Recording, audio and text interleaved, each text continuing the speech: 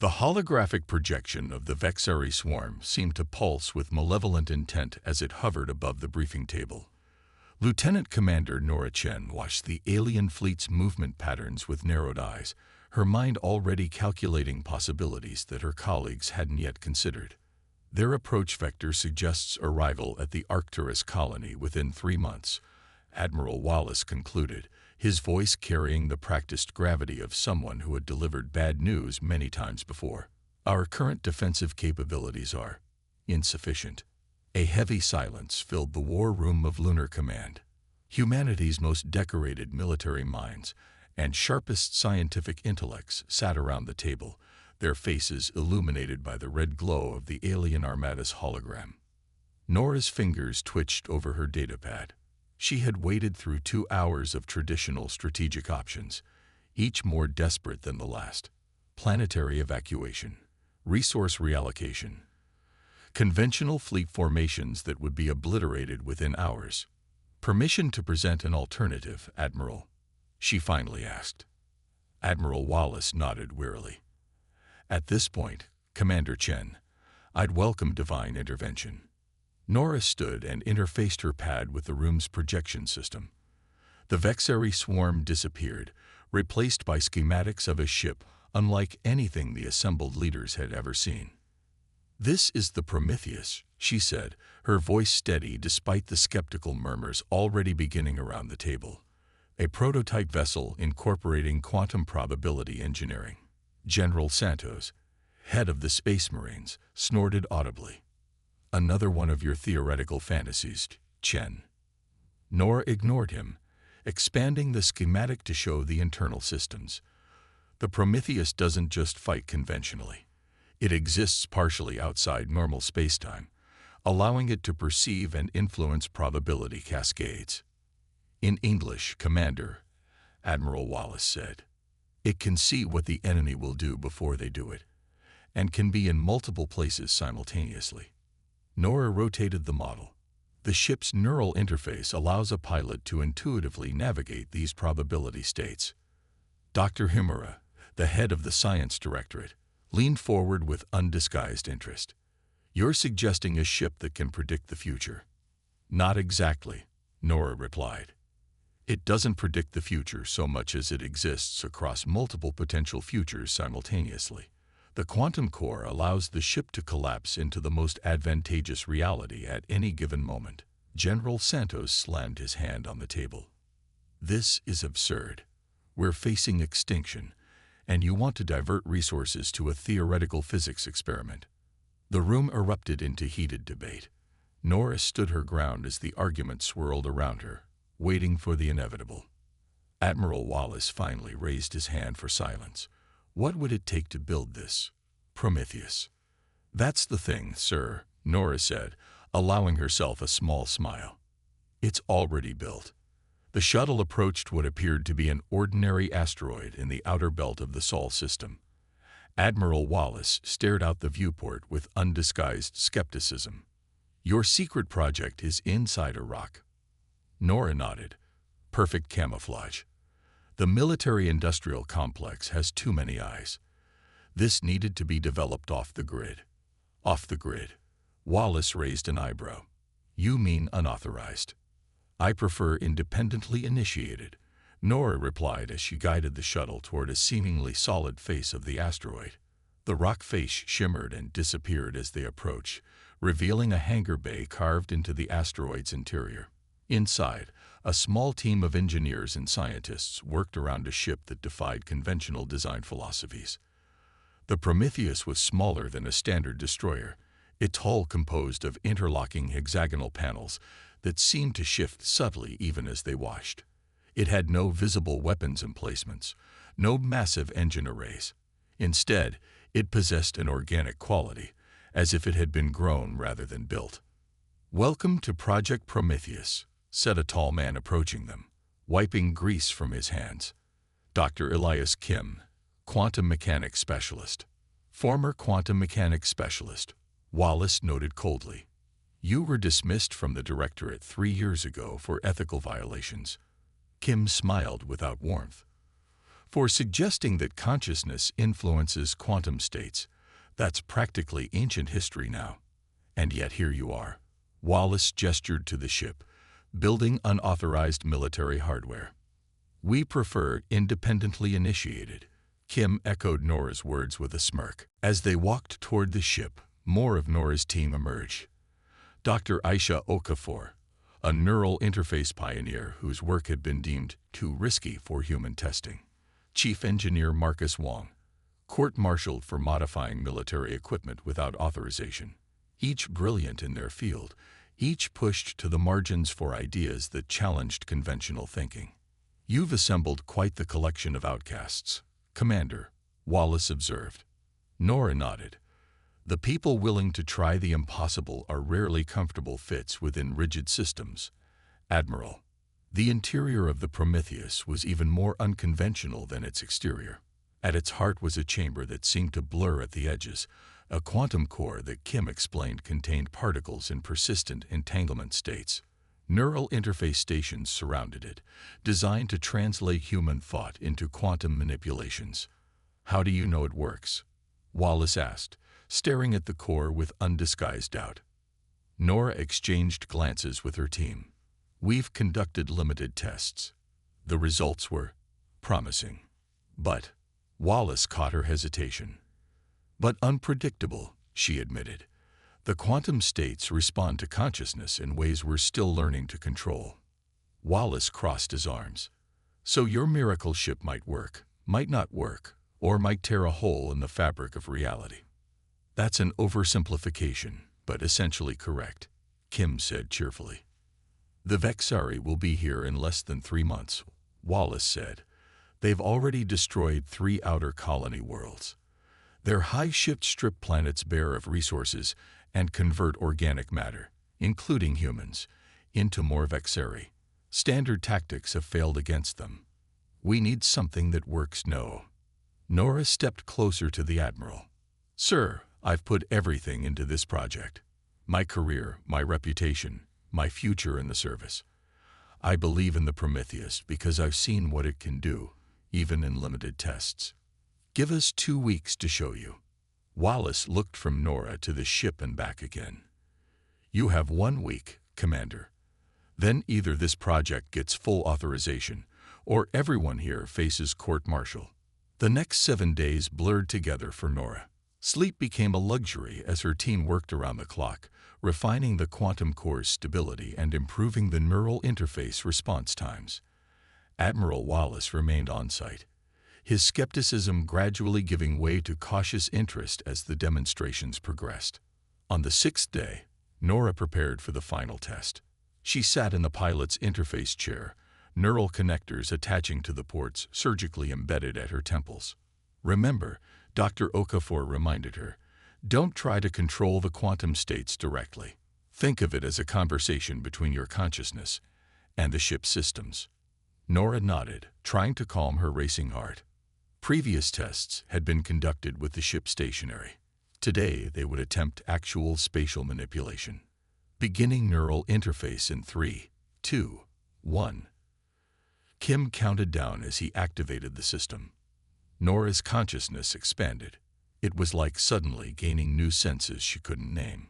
She could perceive the asteroid field around them, not as static objects, but as probability clouds, each rock existing in multiple potential states simultaneously. She could feel the quantum fluctuations of space itself, the hidden currents of reality that conventional instruments couldn't detect.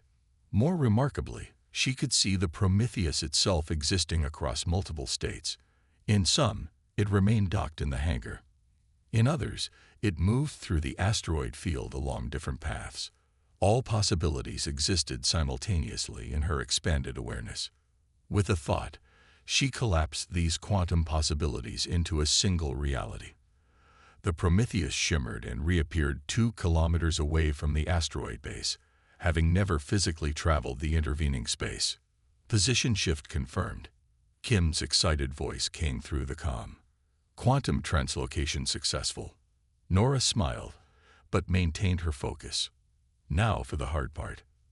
3 drone ships launched from the asteroid base, simulating enemy attackers. In conventional space, they moved faster than any human pilot could hope to evade. But Nora wasn't perceiving conventional space anymore. She saw the attack vectors as streams of probability rather than physical movements. The drones didn't just exist in their current positions. They existed as cascading likelihood patterns, showing where they would be in the next several seconds. Nora didn't evade the drone attack. Instead, she chose the quantum reality where the Prometheus was already positioned behind the drones. The ship shifted again, reappearing in the drone's wake. Incredible, she heard Wallace murmur over the comm channel. The reaction time is impossible. It's not reaction time, Kim explained excitedly. The Prometheus isn't reacting to the drones. It's precluding their attack vectors by existing in the most advantageous quantum state. Nora pushed further, testing the limits. The Prometheus seemed to blur, partially existing in multiple locations simultaneously, before snapping back into a single coherent state. Warning alarms suddenly blared through the neural interface. Nora felt the quantum core destabilizing, probability states multiplying uncontrollably. For a terrifying moment, her consciousness seemed to fragment across too many potential realities. Nora, pull back, Okafor shouted. The core is approaching cascade failure. With tremendous effort, Nora forced the quantum possibilities to collapse, bringing the Prometheus back to a single stable state. The ship reappeared near the asteroid base, systems powering down automatically as safety protocols engage. As the neural interface disconnected, Nora slumped in the pilot's chair, exhausted but exhilarated. Her nose was bleeding, a side effect of the intense neural connection, but she barely noticed. Admiral Wallace was waiting when she emerged from the ship, his expression unreadable. "Well?" she asked, wiping blood from her upper lip. "It's unstable," he said flatly. "But it works," she countered. Wallace was silent for a long moment before nodding slowly. "Yes, Commander Chen. It works. God help us all, but it works." He extended his hand. "Project Prometheus is now officially sanctioned under my direct authority." Nora took his hand, feeling a weight lift from her shoulders. After years of ridicule and resistance, her vision was finally recognized. "There's just one problem," Wallace added. "We may not have 3 months before the Vexari arrive." "What do you mean?" Wallace's expression darkened. "We've lost contact with the Saturn orbital colonies. All of them. Simultaneously." Nora felt cold dread settle in her stomach. "They're already here." "Yes," Wallace confirmed grimly. "And your miracle ship may be the only thing that can stop them." The emergency evacuation of Saturn's orbital colonies had been a chaotic nightmare.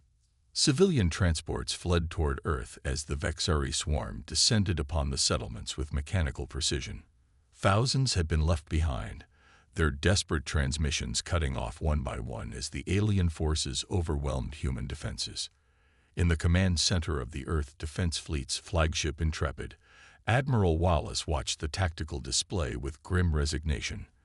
The Vexari moved unlike any enemy humanity had previously encountered, not as individual ships, but as a coordinated swarm functioning with hive mind efficiency. Their vessels, if they could even be called that, were biomechanical constructs that reconfigured themselves in response to attacks. Jupiter Defensive Line reports Vexari breakthroughs in sectors 7 through 13. A communications officer reported, her voice steady despite the catastrophic news. Mars Fleet Command requests immediate reinforcement. "We have nothing to send them," Wallace replied. "All reserves are committed to the Earth-Luna perimeter." The holographic display updated, showing the advancing Vexari forces in red.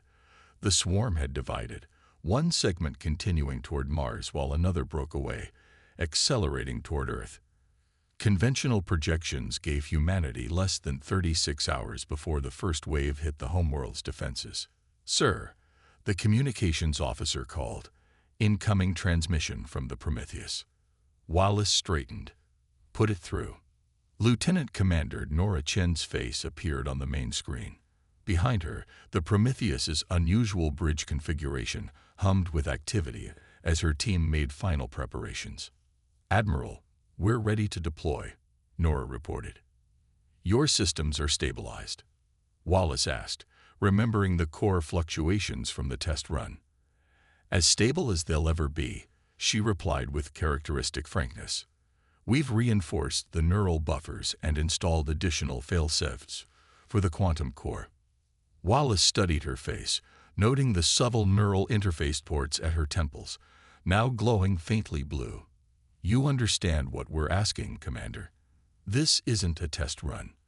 We need you to engage an enemy force that outnumbers you thousands to one." "With respect, sir, numbers don't matter in quantum space. One ship or 1,000. Probability doesn't care." Her confidence wasn't bravado. It was the calm certainty of someone who understood something fundamental that others didn't. Wallace nodded slowly. "Very well. Your orders are to intercept the Vexari division approaching Mars. Delay them, disrupt them, do whatever you can to buy our evacuation transports time to reach Earth." "Understood, Admiral." Nora paused. "Sir, one request. No matter what you see on your sensors, don't send any conventional ships to assist us. They won't be able to navigate where we're going." The transmission ended, leaving Wallace staring at the tactical display. The tiny blue dot representing the Prometheus began moving toward Mars at conventional speed, seemingly insignificant against the massive red wave of the approaching Vexari. "God help them," someone whispered in the command center. Wallace kept his thoughts to himself. God might help, but he was betting on Nora Chen and her impossible ship. Aboard the Prometheus, Nora settled into the neural interface chair as Dr. Okafor conducted final checks of the system. "Neural pathways are clear," Okafor reported. "Quantum core stability at 94% and holding." Nora nodded, centering herself. "Begin interface sequence." As the neural connectors engaged, Nora's consciousness expanded beyond the physical constraints of the ship. The sensation was both exhilarating and terrifying, like having her mind scattered across countless potential realities, while somehow remaining anchored to a single coherent self. Through the expanded awareness, she could perceive the Vexari swarm approaching Mars, not as physical ships, but as probability waves, patterns of likely movement and response. More disturbingly, she could sense something at the center of those patterns, a coordinating intelligence, alien and implacable. "They see us," she announced to her crew. "Not just our physical presence, they can sense our quantum signature." Dr. Kim looked up sharply from his console. "That should be impossible. Unless they have their own form of quantum technology," Nora finished. "Different from ours, but operating on similar principles." The Vexari response came almost immediately. A segment of their forces broke away from the main group, accelerating toward the Prometheus. Their movements changed, becoming less predictable, as if deliberately scrambling their probability states. "They're adapting," Chief Engineer Wong observed, "learning our capabilities in real time." Nora smiled grimly. "Then let's show them something they couldn't possibly anticipate." She immersed herself fully in the quantum interface, allowing her consciousness to merge more completely with the ship's systems. The Prometheus began to shift, not just translocating through space, but phase-shifting through multiple quantum states simultaneously. To conventional sensors, the ship would appear to be in a dozen locations at once, each instance only partially materialized. To the Vexari's quantum awareness, it would be like trying to track a single droplet in a storm. The approaching Vexari segment faltered, their coordinated movements becoming momentarily chaotic as they attempted to process the Prometheus's impossible behavior. Nora seized the moment, focusing the ship's energy systems on a single concentrated point within the swarm. The quantum energy discharge didn't travel through space. It simply existed at the target location, bypassing all intervening distance. Dozens of Vexari biomechanical constructs disintegrated as fundamental particles within their structures were forced into impossible configurations. For the first time since the invasion began, the Vexari suffered losses.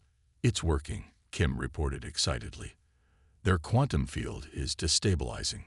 But the victory was short-lived. The Vexari swarm reconfigured, and Nora felt a sudden pressure against her expanded consciousness, like fingernails scraping across her mind. The alien intelligence was probing the Prometheus's quantum field, learning, adapting. "They're attempting to access our quantum frequency," she warned. Shifting core resonance now. The mental strain was intense as Nora navigated the ship through increasingly complex probability states, staying just ahead of the Vexari's attempts to predict their quantum positioning. It was a bizarre cat-and-mouse game played across the fabric of reality itself. Warning alarms blared as the quantum core temperature rose dangerously. Core stability dropping to 78%, Wong called out. "We need to reduce the complexity of our quantum states." "Not yet," Nora insisted, perspiration beading on her forehead as she maintained the ship's fractured existence. "The evacuation transports need more time." Through her expanded awareness, she could sense the civilian ships fleeing from Mars, vulnerable and painfully slow. If the Prometheus withdrew now, the Vexari would overtake them within minutes. A sudden sharp pain lanced through Nora's mind as the Vexari launched a new form of attack, not physical but directly against the Prometheus's quantum field. The ship's partial materializations began to collapse unpredictably.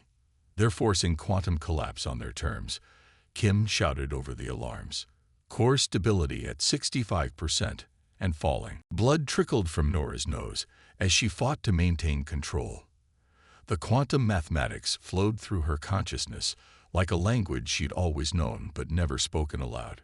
In that stream of probabilities and potentials, she saw a pattern, a vulnerability in the Vexari approach.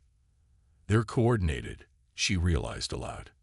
"Not individual ships but extensions of a singular quantum consciousness. There's a nexus point." Focusing her perception, Nora could see it now. A subtle convergence in the probability patterns, a point where the Vexari quantum field was most concentrated. Not a physical location, but a state of coherence that maintained their hive mind functionality.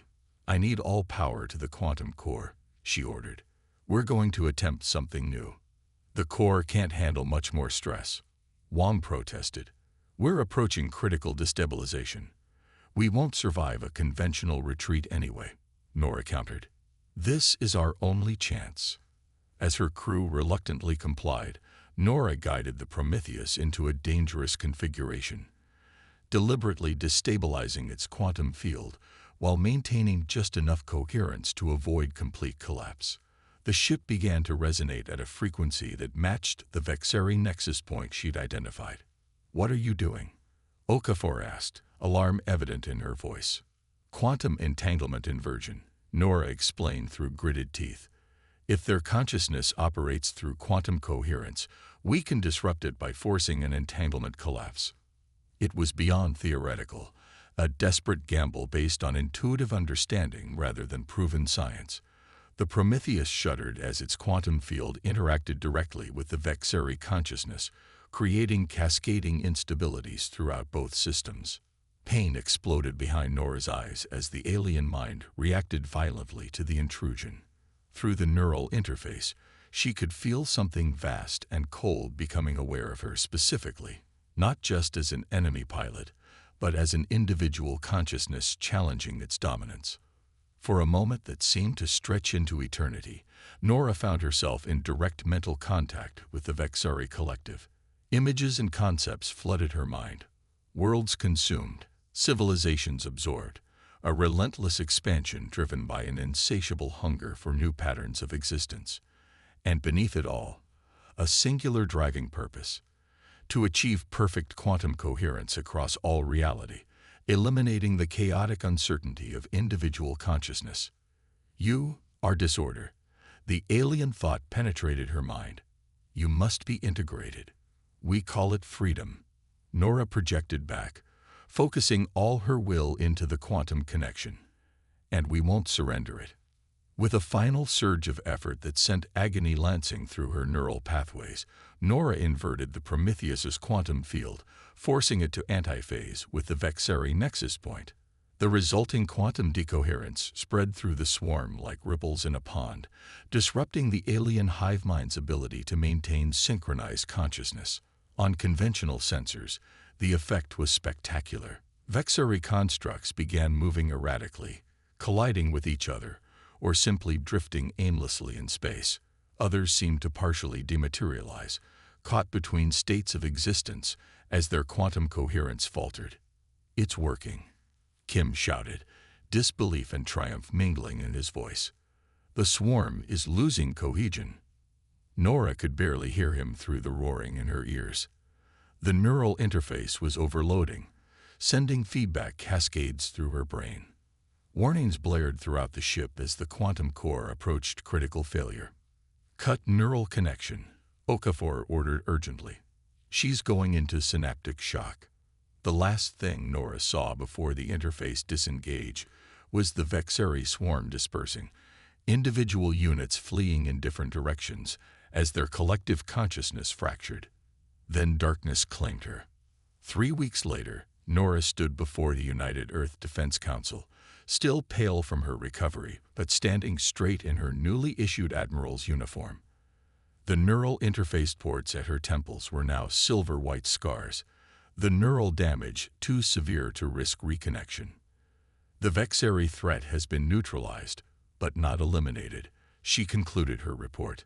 "Without their quantum coherence, they've reverted to individual units operating on basic survival parameters. Our conventional forces have been successful in containing and eliminating these remnants." Admiral Wallace nodded. "And the likelihood of them reestablishing their collective consciousness?" "Unknown," Nora admitted. "Dr. Kim's analysis suggests it would take them years to rebuild the quantum nexus point we disrupted, but we can't rule out the possibility." General Santos, who had been among her harshest critics, cleared his throat. "And the Prometheus? Your report indicates the quantum core was irreparably damaged." "The core collapsed, yes," Nora confirmed, "but not before we collected extensive data on its functioning. Dr. Kim believes we can build an improved version based on what we learned." "And pilots?" Dr. Himura asked gently. "The neural interface nearly killed you, Admiral Chen." Nora's hand rose unconsciously to the scars at her temple. "We're developing an indirect interface that won't require direct neural connection. Less intuitive, but also less dangerous." The council members exchanged glances, their expressions a mixture of relief, concern, and something new: respect. "It appears we owe you an apology, Admiral," Wallace said formally. "Your theoretical fantasy saved Earth, and possibly humanity itself." Nora shook her head. "No apology necessary, sir. Skepticism is a vital part of the scientific process." A small smile touched her lips. "Though perhaps next time, a bit more funding and a bit less ridicule would be appreciated."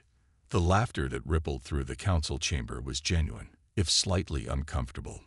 The boundary between impossible and merely difficult had shifted, and everyone present knew it. As the meeting concluded, Nora walked to the observation deck overlooking Earth.